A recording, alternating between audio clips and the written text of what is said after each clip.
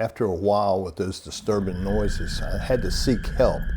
There was an elderly woman. She was the most religious woman I ever knew in my life. I went to her and I said, we have these noises upstairs. There's all kind of bumping and different sounds, doors shutting, just about anything that would run someone out of the house.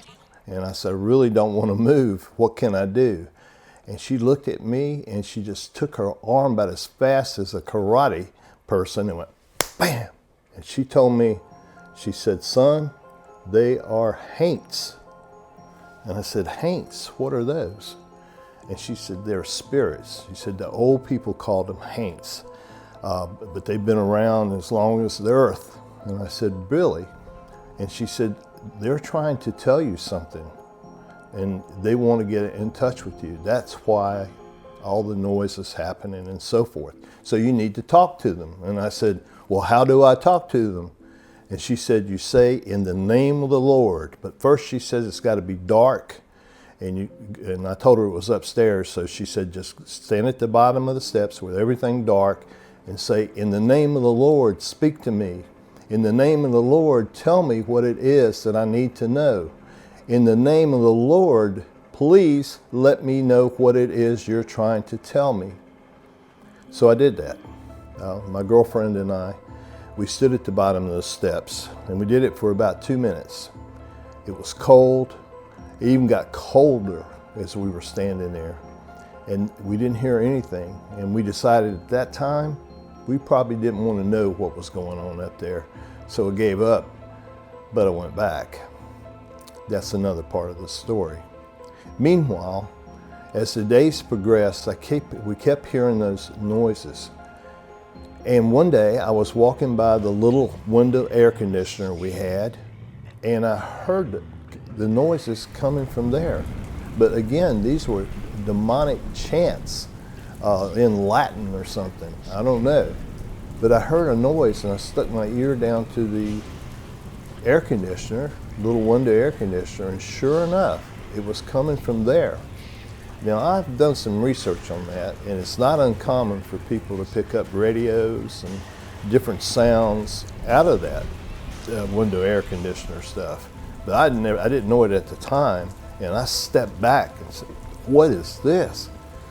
So I listened some more, but I couldn't make sense out of the chants.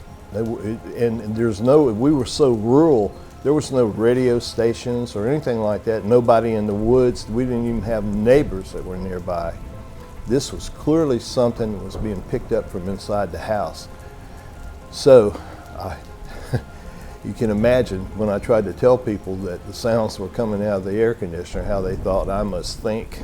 Well, regardless, that was the source of the sounds. And I think about it now, and I believe that that was their way of communicating. Somehow or another, they had to find an electronic motor of some sort and metal and get their speaking or whatever it was on the air conditioner. So we solved that mystery, and after we knew where the sounds were coming from, we just let it be, and we acted as if it was normal till we had friends over and they would hear them. But meanwhile, one night I went back.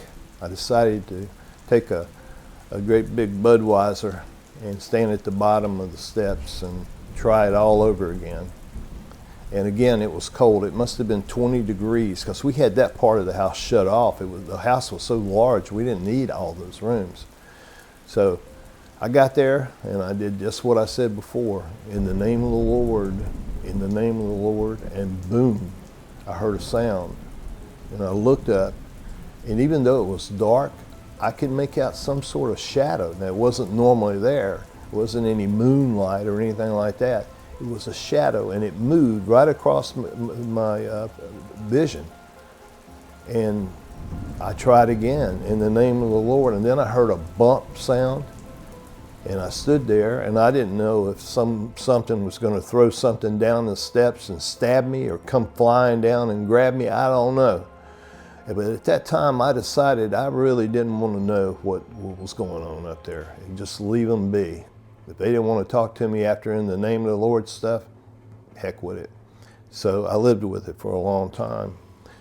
But one time, my sister came over and I was out of town, and she found my girlfriend more or less pinned against the kitchen cabinets in total fright. She was frozen and she couldn't move. And my sister was worried. She almost called 911. And finally she got her up and moving around, and she said what had happened, she'd gotten pushed against there and she couldn't get away from it. I don't know how to explain it, but it happened. Another time, we had a refrigerator in that house. It was one of the old kind, they call them Kelvinators or something, and where you'd have to take the handle and pull down and open it and then shut it. And I think over the years they outlawed those kind of things because kids were playing hide and seek and got trapped in them. But nonetheless, we had one. And one day I was sitting there drinking coffee. The damn refrigerator opened up, went way wide like wind had blown it, and then went and shut itself. How do you explain that? It was freaky. But finally, the worst thing was there was a full basement underneath this house, and the steps that led down to it was right near what you'd call the master bedroom. So often we'd have that door open to the master bedroom, and there was no lights or any night light or anything like that. We just kept it open for the wind to circulate, or the air conditioner to kind of circulate in that room. We didn't have one in that room, so we kept it open. And I went in. My girlfriend had gone to bed before and I laid down, and like normal, I was just laying there trying to go to sleep, and I turned over and I looked by the open door. It had been open about 45 degrees, and there was a shadowy man figure with a hat. And I looked at that and I said, I'm thinking, is there something, any kind of light that would be reflecting this? What is that? And I looked, and it just stood there, and I couldn't see any eyes, but it looked as if it was looking at me. So I kind of nudged my girlfriend, who I thought was asleep, and I said, hey, can you see? She says, the man with the hat at the door? And I said, yes. And she said, I've been looking at him for an hour. And then as fast as we said that, the vision was gone. Gone, just like that. Well, at this time, we are deathly afraid of this house. We don't know what to do. And there were some other things that happened, really, really frightening things that will be in the next part.